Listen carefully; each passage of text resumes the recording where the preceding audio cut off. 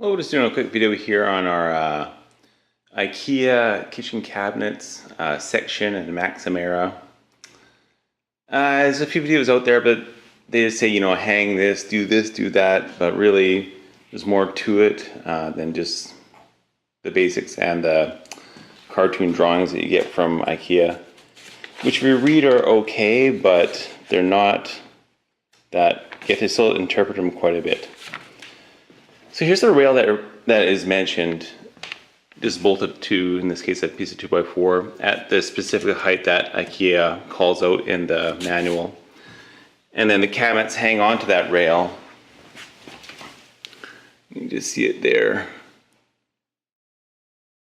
And let's see if we get a better example as well. They hang onto that rail, and you put these little locks in that hold it down on the rail, or else when you adjust the feet on the cabinets, it'll lift the whole cabinet up, and also it could slide and fall off. So that's why you put the locks in, and then you adjust the cabinet feet so that they're level. These aren't all done yet, but they're kind of getting close.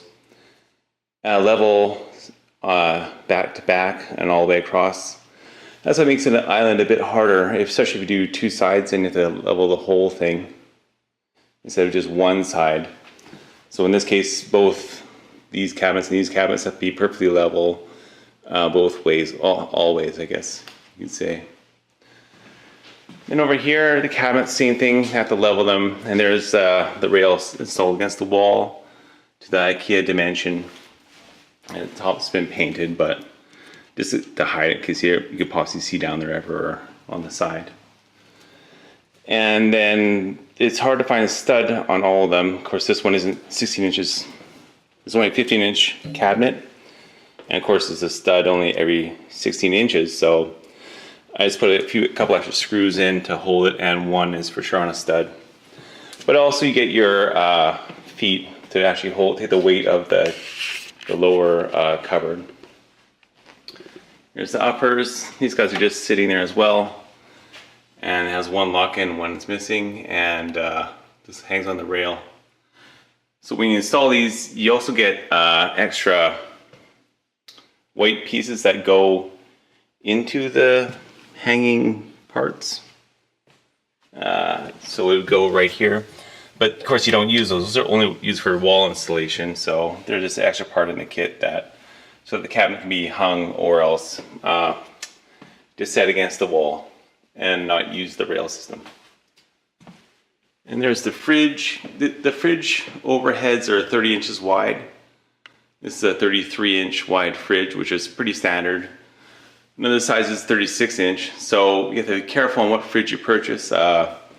We purchased a 30-inch, which is going to arrive soon, and that way they'll all just join together and you won't have that gap. But of course, you can still use a 33 or 36 if you have the wall space, and fill that gap in with the extra wood that can be bought with the cabinets. There's one big tall cabinet, and you see our ceiling is 8 foot, but it's come down about 1 inch because the extra layer of drywall has been added to kind of cover the whole ceiling when we redid the kitchen. So it's getting pretty close. You have to be careful of that dimension. Another inch and these cabinets wouldn't fit, or they would fit, but you'd have to drop them all down. So these rails are set to the IKEA dimension that's suggested in the book. And they show the dimension twice. One's with feet, one's without feet. So be careful you set the rails to the correct dimension. Soft close. And then if you set it too high, they won't fit. And you set it too low, you have a big gap there and know where to work on your counter. It's already pretty tight here. The counter will be here. And there's the bottom of the upper cover, the cabinet. And they'll soft close on them, which is really nice. So a few things to watch out for. If I think of any more, I'll do another video. But the main thing is getting the rail to the right height all the way around, hanging them on the rail, clipping them in, and of course after you have to adjust all the drawers. We worked on this one for a bit. They don't have a lot of adjustment. This isn't perfect yet, but still we'll have to adjust a bit more and get that perfectly lined up. And there's the feet underneath. So the feet are kind of chintzy in that they can come off. These pads up here aren't affixed in any way. They just kind of sit there in the indentations, and once you put the feet down, if you move the cabinet at all, the feet will pop off. So you have to be careful and lift up the feet every time you want to move a cabinet, and then slide it side to side on the rail, which is what we'll do here. So when the new fridge comes in, we'll slide the whole works over. But when you do that, you take the feet off that cabinet, tighten it all up, and then put the feet back on, or screw them back down. Just have to lift them off the ground enough so that the feet don't fall off while it's all going on. And I think with your plugs and everything too, bit of a screw up here. We thought this would all be hidden, but the electrician came in and cut the plug out a little bit big, so we'll have to put a cover on that and tidy that up. That's where we're planning to put the microwave for this in this big tall cabinet to get it. We don't really use the microwave a lot anymore. Did when the kids were younger for quick meals and stuff like that, but since we're not using that much, we'll just keep it in that tall cabinet kind of hidden out of the way. And over here we'll have a 24 1/4 spot for the dishwasher. So it is 24 wide, so you have to leave a touch more to get the dishwasher in. And this will be for our sink, this one here. And it only has two of the quick slide slides on it. And this color, of course, has now been discontinued.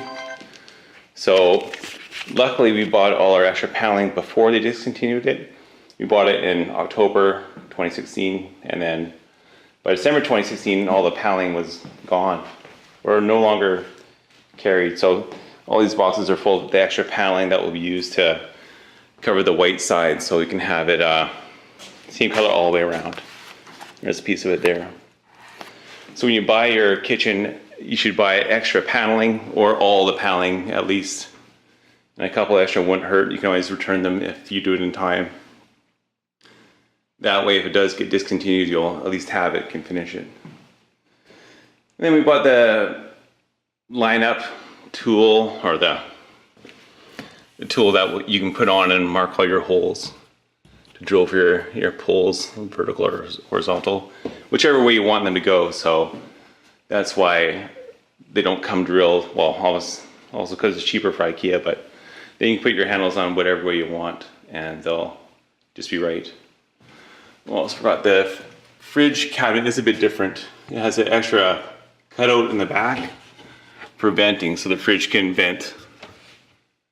Once the fridge motor is going, it creates heat, and you want it to exhaust somehow, so it'll go up there and come out the top. Imagine this cabinet will stay a bit warmer than the rest too because of that. So we really like the cabinets a lot. They're all good quality for the price, we feel. And you can get a lot of the extra features, like this one here has drawers all the way down. So they're a lot more usable than the old style cabinets where it's just, you know, two bins, you can put your crap in the back that you never see again for 5 years. With this style, you can just bring it out, and it's a lot more usable space. So you can put items all the way through there, and they're easy to access all the time. So I hope that helps out a little bit at least. When I saw the videos, it just talked about rail and all the stuff. I didn't know what they're talking about, but in the instructions, they give you dimensions on how high to set that rail off your floor, your finished floor. So with your whatever flooring you're going to use already laid down to there. And it does come close, so be careful.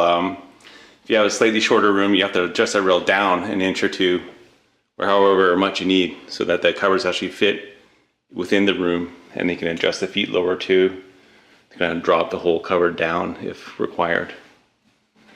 So a few things you always have to think a step ahead with this stuff. You can't just slam it up there and it's done. We've had these off 3 times now, so you get them up. This one, for instance, the wall isn't straight. It was rebuilt to be straight, but it ended up being worse than it was before. No, but anyway, we took the cabinet off, had to take out the back, panel, this white panel here. And once you take that out, you pull the nails out, which is easy to do with a flat screwdriver. You don't need a special tool. Just tap them with a hammer, get them to come up a little bit, and just pull the nails out. And you can twist the whole box. With that back panel out, you twist it to kind of a diamond shape or rhombus. And then you get to fit the wall a little bit better. So this one's actually twisted this way a bit to make it fit against the crooked wall.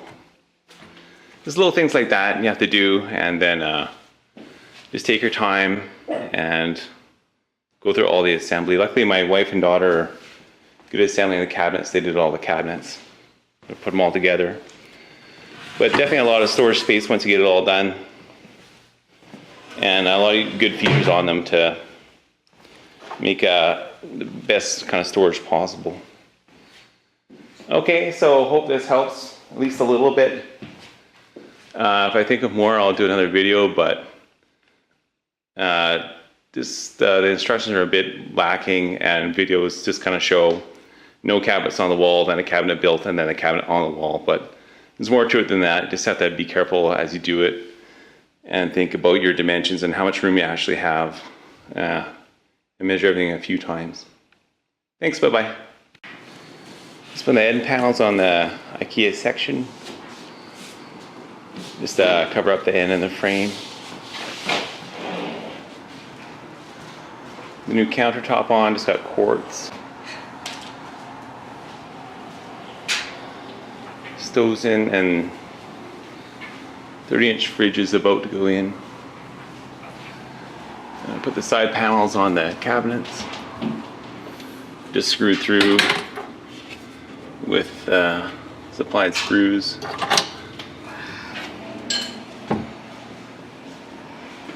Once the new fridge goes in, I'll close up that gap. And this end had an oversized piece to put in, so cut the large piece about 3 feet wide, but had to go a bit further, so it's gluing in another section, and had that section screwed in. And then it'll be weight on this side.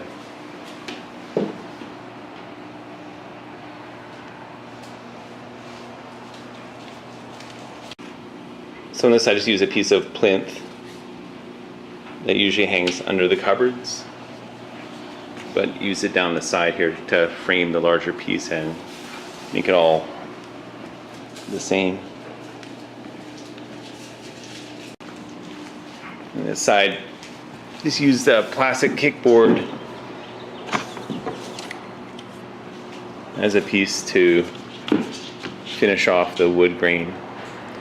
On the kickboard, you have these slots here, and then you have the plastic piece that twists in and locks. Let's grab one. So there's your plastic piece.